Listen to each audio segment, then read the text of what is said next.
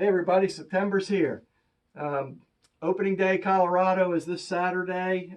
Dawson and Randy will be out in the woods. I'll be heading out in a couple weeks from Pennsylvania to make the trip out and join them. So he had asked me to kind of, like everybody's doing this time of year, uh, do a quick bag drop video on my equipment, what I'm planning on taking.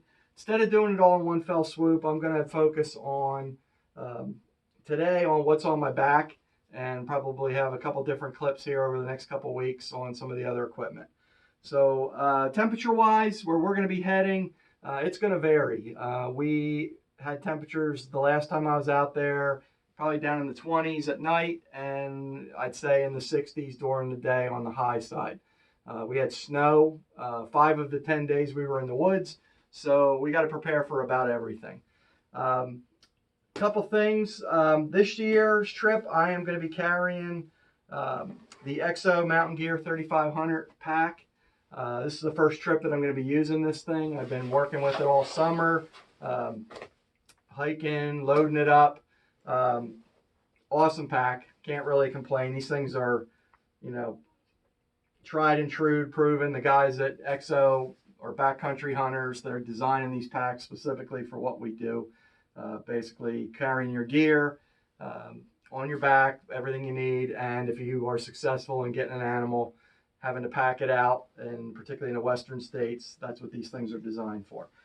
Just a couple things. I went with this is the K2 frame. This is their older one. They have a new one out, as most people that have these packs are aware. I have a K2 3500 in the multicam, and it has a couple of accessories. I have the bow holder and the side pouch, and I also have the integral dry bag. This has an entire dry bag inside, so you don't have to use a rain cover. Basically, it's waterproof on the inside. Weighs about 5 pounds, a little over 5 pounds with all the accessories, and super comfortable.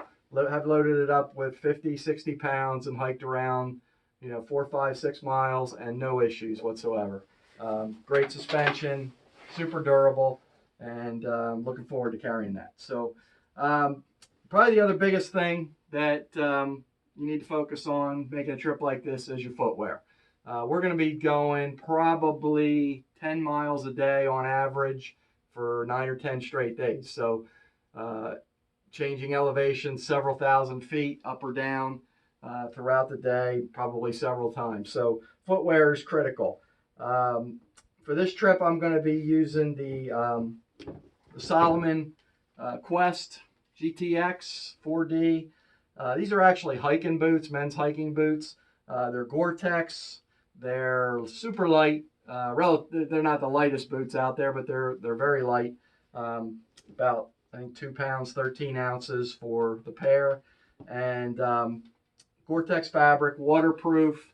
So for a early season, mid-season trip like we're planning here, these are going to be ideal, I think, for making the trip. Clothes-wise, unlike a lot of the folks that hunt out west, I am not one of those that has the real high-end clothing. There are some really good companies out there that have clothing designed for high country hunting, but quite honestly, that's not me. So what I'm carrying is pretty basic, but I think it'll get the job done. Base layer, just your ordinary base layers. I'm going with synthetic polyester base. So I basically use these if it gets cold out, sleeping at night, whatever it might be. I can put these on top or bottom, and they should help wick away any moisture and hopefully keep me warm. As far as pants, I have used these True Spec tactical pants for I can't tell you how many years. This is my second pair. Probably I'm 6 or 7 years in on this pair, and I had probably 10 years on the pair I had before that. Pretty much indestructible, ripstop fabric. Not the lightest pants in the world, but they're not heavy. I like them because they have tons of pockets for storage. Super comfortable, dry out relatively quickly, and pretty much you can't damage them. So that's what I'm going with for my pants.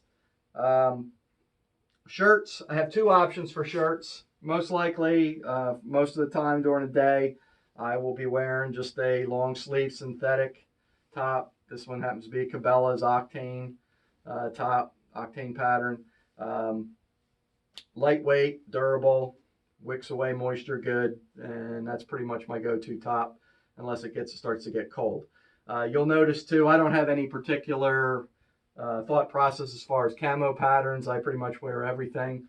In my mind, as long as you're breaking up your pattern, you're probably going to be successful as far as that goes.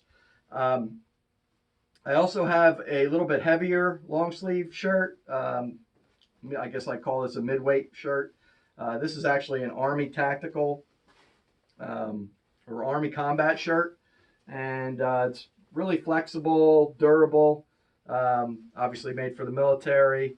Synthetic blend, has some pockets actually in the sleeves, which give you some additional storage. So I have that as an option as well. So I'll probably have those two in my pack and flip-flop back and forth. This Scent Shield fleece hoodie is actually a synthetic fleece hoodie that I wear pretty much all the time when I'm hunting. This thing, I wear this in Pennsylvania all the time. I wear it everywhere. Super durable, lightweight, synthetic, has the scent blocker, just comfortable, warm. I wear this hunting, I'll wear this sleeping. Pretty much this is another go-to item. Another item that we'll have, again, we're layering up if it starts to get cold, is I have a Thinsulate puffy vest from Cabela's. This is also in the Octane. And I can wear that under any one of these garments or over top of whether I'm hunting or sleeping or around camp.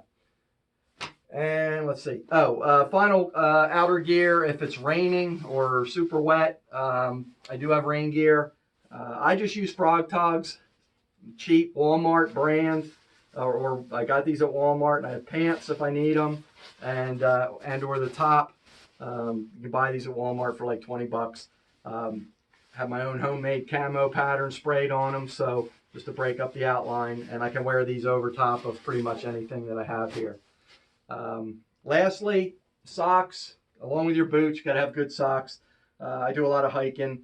Kind of partial to the Darn Tough brand socks. These are merino blend socks. Super comfortable, durable. Probably have 2 pairs of those, and that'll get me through. Just a light pair of synthetic gloves. Nothing fancy. These are just in case it starts to get cold, your hands get cold. We're bow hunting, so don't typically wear gloves in most of the situations. And then lastly, this is something I added this summer, a synthetic buff. Basically, this thing can do about anything. It's got hundreds of uses, from being a beanie to a head sock to a neck warmer to a rag when you're cooking, whatever it might be. But basically, this will be with me. It's super light, kind of replacing my beanie as far as trying to save a little bit of weight. So that's about it. That's pretty much what I'm going to be carrying on my back. Like I said, probably over the next 2 weeks or so, I might put out another video or two on some of the other gear, some of the other equipment that we're going to be taking. Hope everybody is having an enjoyable fall, and those of you that are getting out hunting, wish you the best of luck, and talk to you soon.